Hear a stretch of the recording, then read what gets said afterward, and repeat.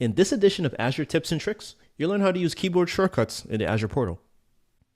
As a developer, I love using keyboard shortcuts because they allow me to quickly move around my environment without having to take my hands off of the keyboard and grab onto the mouse. Let's take a look at some shortcuts that are available for you here inside the Azure portal. First up, let's say we want to create a new resource. I can start off by typing GN. And what that will do is it'll open up the new section where I could search through the marketplace and select the resource that I'm interested in creating. Now, after we've created our resource, let's say we want to go back to the dashboard. I could type GD.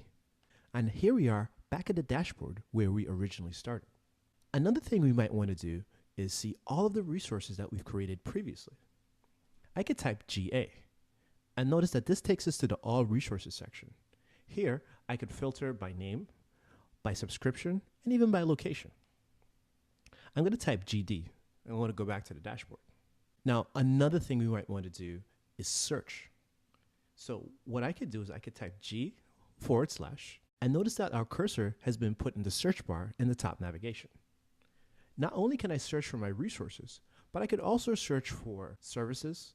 I could search for templates inside of the marketplace, and I could also search and find documentation based on the search terms that we've put in.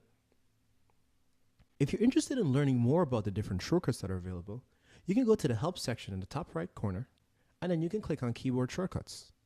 And now a section will open up showing you all of the various shortcuts that are available for you to use here inside of the Azure portal.